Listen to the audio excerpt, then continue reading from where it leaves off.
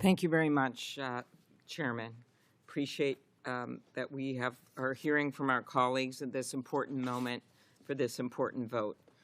So I start with this. As you know, this year, thousands of ICE and Border Patrol agents descended on Minnesota. Two of my constituents, Renee Good and Alex Preddy, were killed.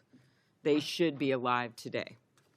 After they were killed, the federal government refused to cooperate with state and local law enforcement, blocking Minnesota investigators from accessing the scene of Alex's death, even though they had a judicial warrant. Federal investigators mishandled evidence, and they failed to process Renee Good's car for evidence. Everyone in this room have seen those videos. Everyone in this room knows that at the very least, those cases should have been and should be investigated, and they are now. Instead of cooperating with local law enforcement, which I pressed the department to do from the beginning, and as the Justice Department had done in past cases, including following the assassination of Speaker Melissa Hortman and her husband, the marching orders from the Justice Department to federal prosecutors in Minnesota were to investigate Renee Good and her wife. Joe Thompson, who is the lead fraud prosecutor in my state and who I recommended to serve as acting U.S. attorney under this administration and was appointed as acting, he resigned after that. He resigned along with 14 other prosecutors because they did not believe what they were being asked to do was ethical. These are career prosecutors, no politics, not interested in politics.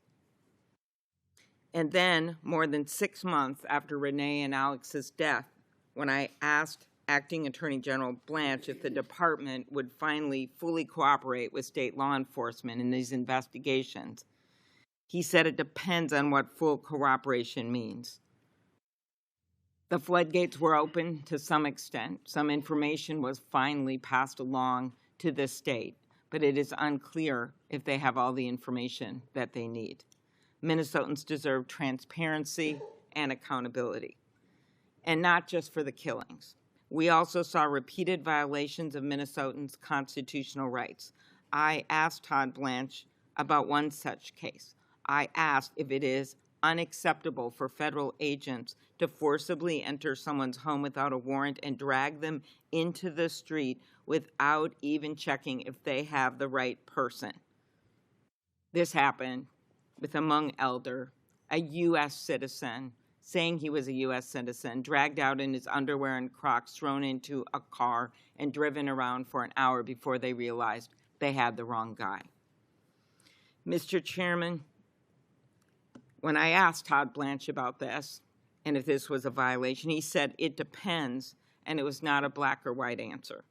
Mr. Chairman, what is black and white is that a nominee to be the chief law enforcement in our country should be able to condemn the actions taken in that case.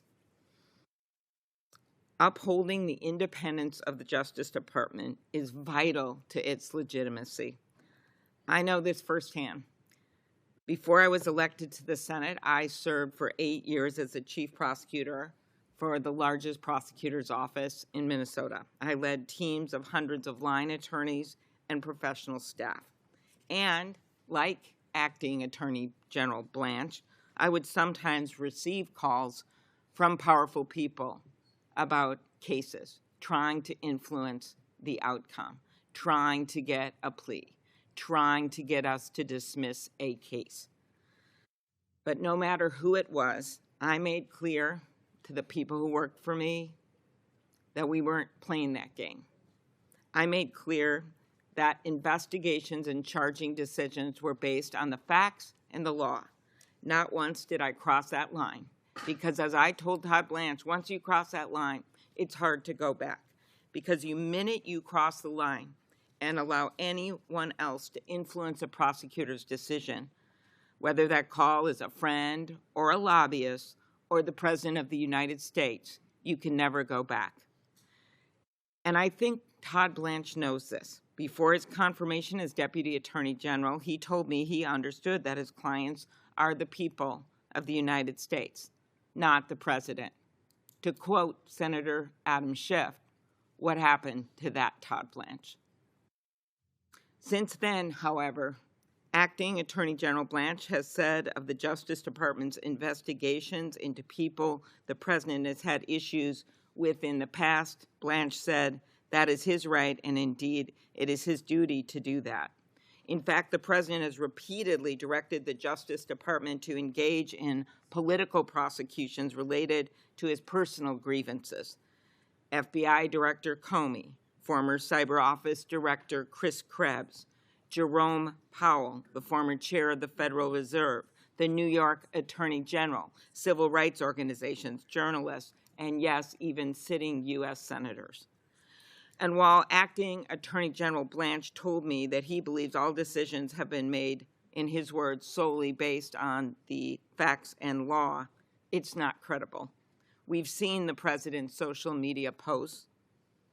We've heard from career prosecutors. We've seen the judges appointed by presidents of both parties throwing out meritless cases and subpoenas. Mr. Chairman, if the president can direct prosecutors to go after people like Jim Comey and Jerome Powell, he can go after any American. That is not equal justice under the law. We've all seen the department can be used also to reward the president's friend. Under Acting Attorney General Blanche, the department moved to vacate convictions of leaders of the Oath Keepers and Proud Boys who participated in January 6th. And a matter of less public note, but incredibly important to our economy, is antitrust. It is devastating to our economy if the Justice Department stands back and lets the big get bigger and the small get crushed. And that is exactly what's happening right now. As a former top Trump administration antitrust official said, antitrust cases in this last year, quote, were being resolved based on political connections, not the legal merits, end quote. As just one example, after ousting Gail Slater, the former and well-respected head of the Antitrust Division, who 20 of the 22 senators on this committee voted for, the department abandoned the case against Live Nation after the president met with the company's CEO and discussed the litigation, and we know how that story ended with the state's attorney generals, Democrat and Republican, continuing that cases and winning in a big way, and now we await the remedies, not from the Justice Department sellout settlement, but from the attorney generals of this country. Finally, I have great concerns about Acting Attorney General Blanche's willingness to uphold the department's independence as the president tries to use the department to undermine our democracy ahead of the midterms. We know that under Todd Blanche's leadership, the Justice Department has already tried to coerce states, including Minnesota, on the very day Alex Preddy was killed, to turn over voters' sensitive information. In fact, they tried to tie that to the ICE presence. Give us that, we'll change that. 19 federal courts, in opinions issued by the judges appointed by both Republicans and Democrats, have now found this effort to be unlawful. The president has also floated the unconstitutional idea of ending mail-in voting, and the Justice Department is defending his direction to the Postal Service to not deliver certain ballots. And according to state election officials, including Minnesota Secretary of State Steve Simon, the Justice Department has stopped providing the briefings and trainings that have long been standard to ensure that states are prepared to prevent and respond to emerging election threats. And when I pressed him, Todd Blanche would not even definitively say that he will not deploy armed agents to polling locations. Whether it is not answering these questions, not providing transparency and accountability, or repeatedly failing to enforce our nation's civil and voting rights laws, reproductive rights, or consumer laws, I have grave concerns with Todd Blanche's leadership at the department. What we need at the Department of Justice is the courage to stand up for the rule of law, like we saw from Tom Calhoun Lopez, an Army veteran and prosecutor at the Minnesota U.S. Attorney's Office during Operation Metro Surge. He said that what the Justice Department told his office to do was, quote, antithetical to the principles of law enforcement.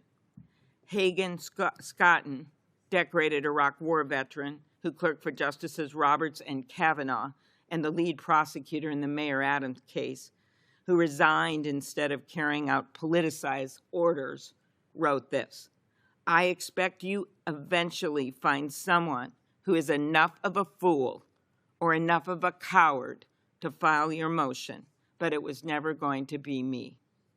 When I think about the countless Justice Department officials who have stood up for the rule of law over the last 18 months, it is clear that the president's lawyer, Todd Blanche, is not the right person to be Chief Law Enforcement Officer of the United States. Unlike the public servants I just mentioned, he has shown that he sees his role to serve Donald Trump and not the American people and not the rule of law. I oppose his nomination.